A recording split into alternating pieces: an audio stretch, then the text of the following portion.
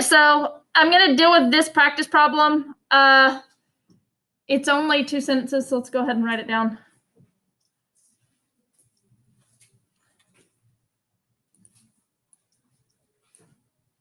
And as you write it down, I'm going to mark stuff on the board that you think I should mark down. So a random sample. I talked about the fact that we keep saying, hey, random's important. We just haven't gotten there yet. What's the next thing that's important? 50 is my what? That's my lowercase n. I could write something with JLMan students. What would that be? I could write a word. That's my what? Or population, whichever way you want to write it. You're correct in saying both of that. Was taken, and their mean SAT score was 1250. So I'd circle this and say that that's my what? Symbol.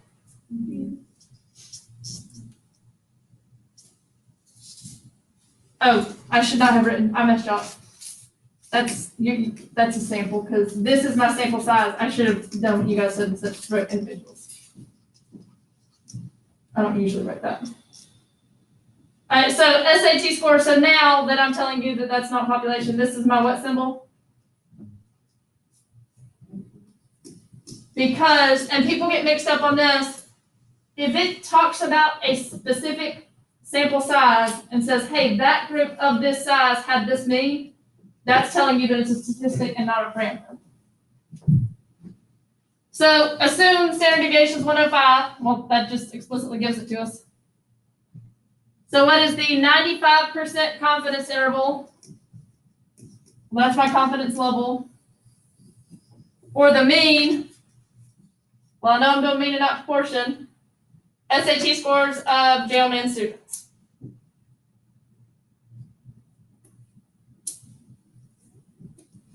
All right, so our 4-step process, our first step is what step? State. All right, what do we usually start with in state? What are our first 3 things? Population, sample, and let. Define your parameter. Now, I write it a little bit different for this, and I'll show you why. Just go with me, and then I'll explain why. So the 4th thing that's usually in state so far is saying what it is that we're going to do in the problem. So what it is that we're going to do in this problem, instead of finding a probability, is we're estimating the true parameter. So I'm going to write that out, and it just so happens that I include everything I need in there. So we want to estimate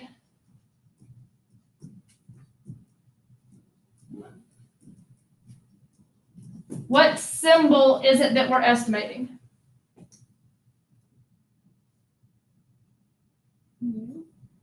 So we're estimating mu, which is the true, is that a mean or proportion? Well, I'm going to want to finish that out a little bit. It's the mean, so I want to say it in context. I'm finding the mean what? And this one's pretty straightforward. SAT score is as wordy as I can get there. So mu is a what? Would you put JLMan student? That's yes. So that's my last part. So it is a mu. So it's of a population. So like she just said, I need to specify my population. So it is of JLMan students.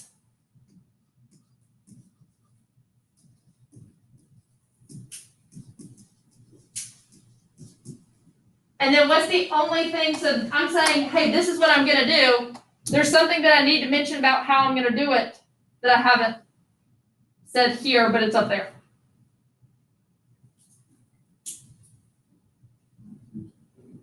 On Monday, there were 2 different ways I estimated. So I have to specify the way I'm doing it. So I'm choosing to use a what? With 95%. So with 95% confidence.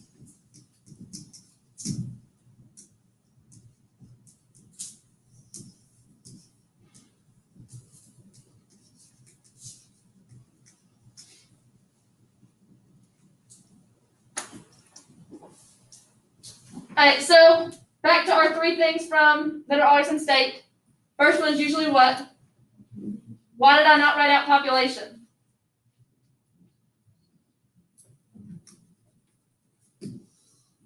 And you don't need to write this, I'm just showing you. Because that's my population. I'm gonna come back to the sample. What would I write there if I were defining a let what?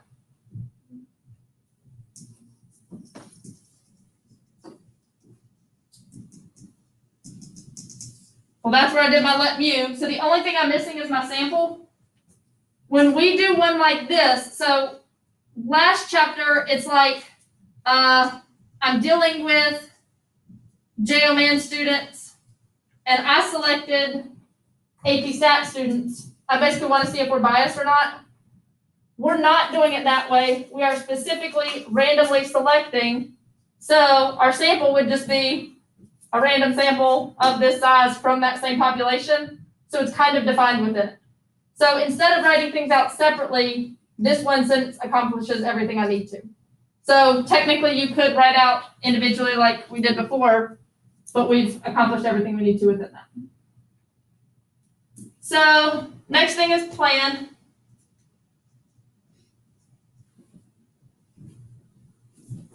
Now there's a little bit at the beginning of plan that I'm basically going to say just go with me for now. Like this first one, which is the method. Method's not going to make any sense to you right now because it's the only one that we're doing. So just write this with me. This is a one sample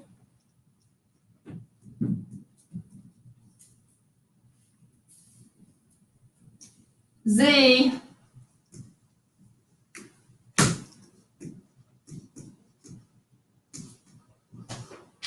interval for means.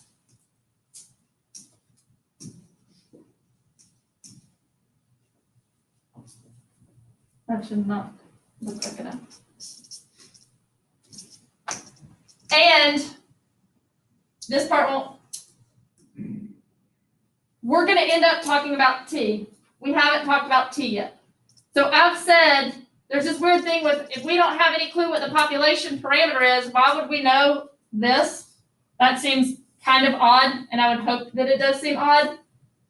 We've got to start there and then we adjust from it. So we say since sigma is known. So right now we're starting with where we are with, we know how to use Z. We can only actually use Z if we know what the population standard deviation is, which seems like it's not going to happen that much.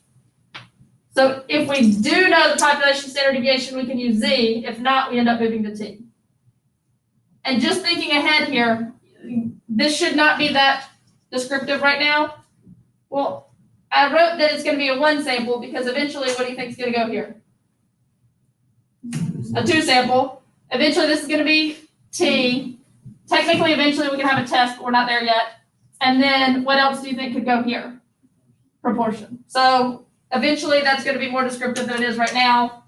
For now, you just go with it because of it. Go with it. Usually in plan, we check conditions. So we still need to check our conditions. We just added in this method thing that will make more sense when we start adding more methods. So what's the thing that I said, hey, this is going to be really helpful, but we just haven't gotten there yet, that this problem says? Random sample. So our first condition is to check to see if it is random. Now, there are actually two different random things. When we were in chapter 4 with experiments, where would randomization come into play? We would randomly what the people? Okay, random selection is one. When you're thinking about it like an experiment, we would usually randomly assign. So those are two different things. And the AP exam wants you to be clear to differentiate which one it is because there's different pieces to them. So in this problem, if it says a random sample, is that random selection or random assignment? That should not be a difficult question. Random selection. So we just write stated random selection. And I just put in parentheses. Wait, no, it's stated random sample, which is random selection. Stated random sample, which is random selection. So I need to see the word selection versus assignment. But usually it's stated, like it's gonna tell us that it is. So, check. Again, I say sometimes I check, but I'm not gonna count off if you don't have a check mark. Another condition we dealt with before is whether or not it is normal. And as of today, we're checking this the same way we did with chapter 7. So I'm dealing with means. What are my 2 ways to check for normality for means? If it's stated or central limit theorem. Which one occurs with this problem? Central limit theorem. Central limit theorem. So by central limit theorem,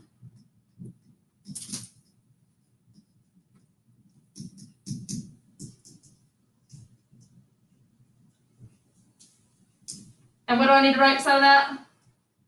So we can use normal factor. Before that.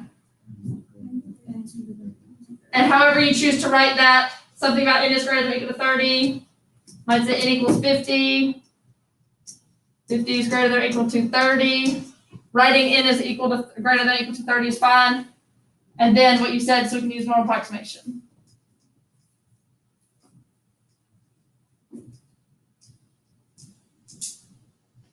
And some of you have already started writing, we could use the normal approximation because, and not waiting to write normal approximation at the end, and I think some of you are probably doing it so you don't forget it.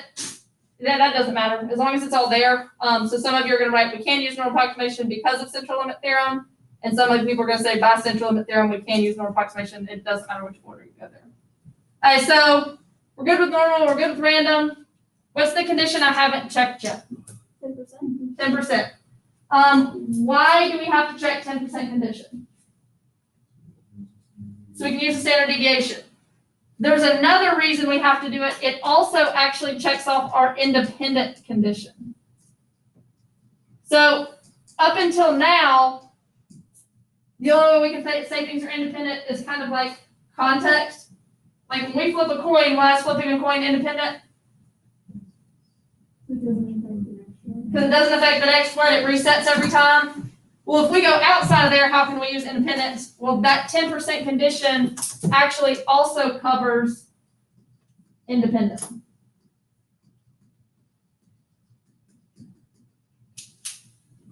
What is the equation for independent or 10% condition?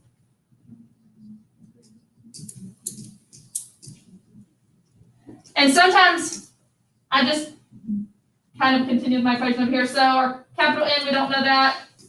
What is lowercase n? So our capital N has to be greater than or equal to 500. I now want to write what?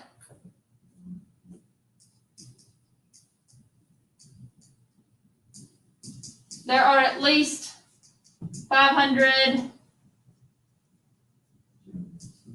Jailman students.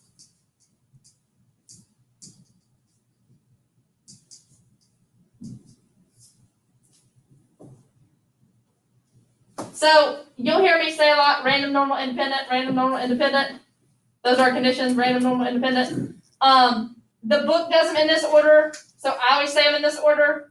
Obviously, if you switch them around and check one first before another one, that's fine.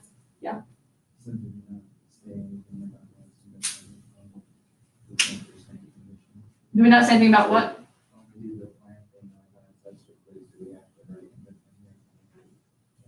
You will need to, so like, just like we want to connect, that's what that is, yes. You will want to write independent there.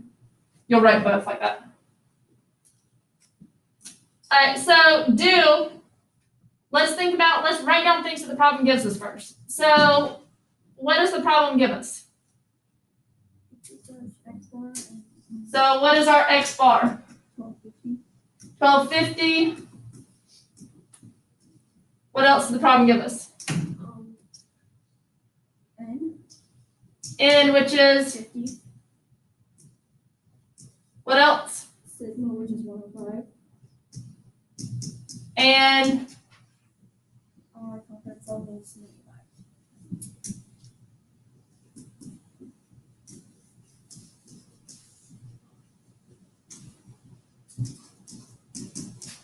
you're gonna memorize the Z-score for most of your confidence levels really quick. But since we're still talking about this, even though I think you have this one on your paper in front of you, theoretically walking through the steps, what do I do with 95%? 1 minus, so that leaves me with what percent? 5%. 5%. I want to do what with 5%? Divide it in half, and then I do what with 2.5? So what is 2.5 as a percent? Or what is 2.5 as a decimal? 2.5% is a decimal. 0.0250. So 0.0250 is what I'm looking up. And we get a Z-score of what? So that's 1.96. This is positive 1.96. So we write this as just, it's easy to just write Z star 1.96. And that way we're saying we have a positive, we have a negative, we're dropping those so we don't write equations that say negative, negative, negative minus, positive minus, that kind of stuff. The equation itself kind of deals with the positive, negative. All right, so thinking back to our dots, we started with our point estimate. So our point estimate for this problem is what? Simple. If we took this sample, what is our best guess for the population parameter based off of our one sample? What are we trying to estimate? Simple. Mu. What's our best guess for what mu is? X bar. So we're starting at X bar. We want to go both directions because we want to go left and right. So we're plus minus.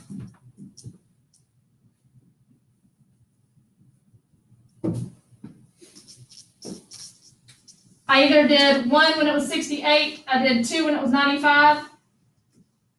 What actually is this? It's the 1.96 from our critical value. So we're going to write that as Z star. And then we had to multiply that by the standard deviation when we're dealing with means. So what is our equation for standard deviation of X bar?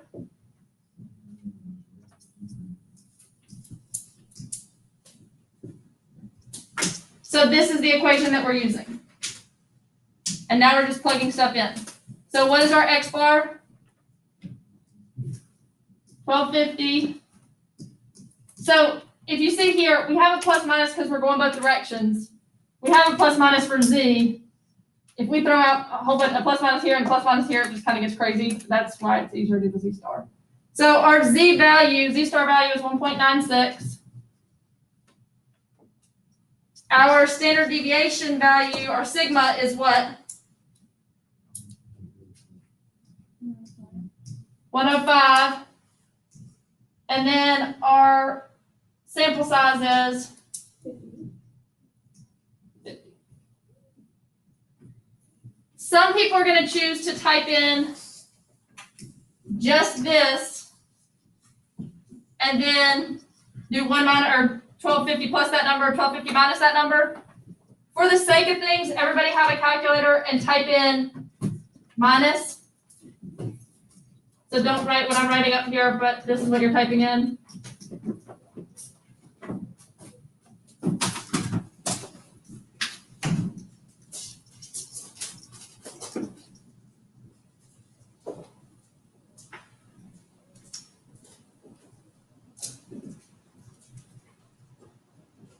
And we've been doing pretty good to stay with 4 decimals, so let's go with 4 decimals.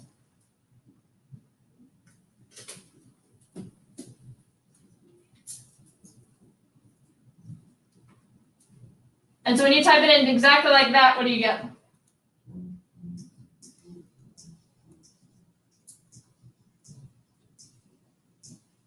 All right, so I want to make sure everybody knows how to do this in our calculator because it's very helpful in our class because we do things repetitively. I want to do this exact same equation, but just change one thing. So if you do second enter, it retypes that for you, but now you can just go back and change that to a plus instead of retyping the whole thing. And now you get what?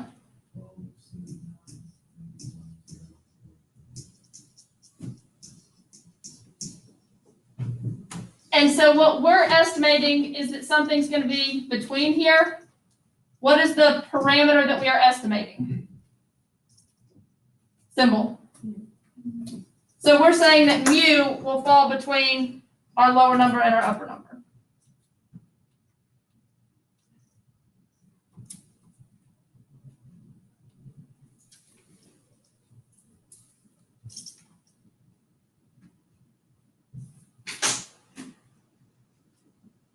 And so we've already have 2 interpret sentences. Well, it makes it really convenient because one of them is our conclude. So do you think we want to interpret the whole confidence interval as our conclude or the confidence level? The interval. We want to say the numbers is between, not the percent that capture it. So our conclude is our interpret confidence interval sentence. So it starts with what? So we are, what percent are we using? We are 95% confident that what? Which is the true what? And then context.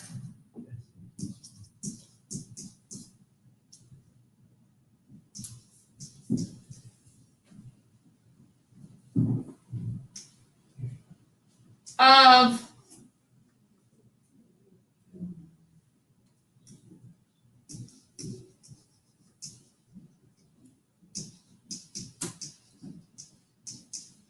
and then does what?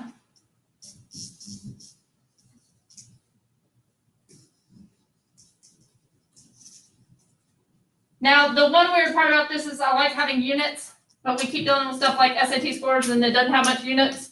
So I'm going to say, Could you say falls between the scores of like? that would make a lot more sense. Because this is the first example and you looking at it, English-wise, this isn't going to be good.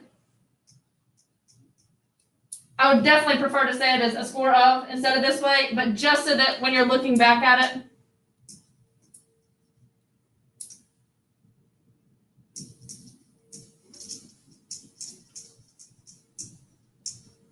if it pains you to write something that terrible and you want to write a score of because it makes a whole lot more sense and you're more correct, that's fine. I would just write it that way just so that when I looked at this for other problems, it could help me with those too.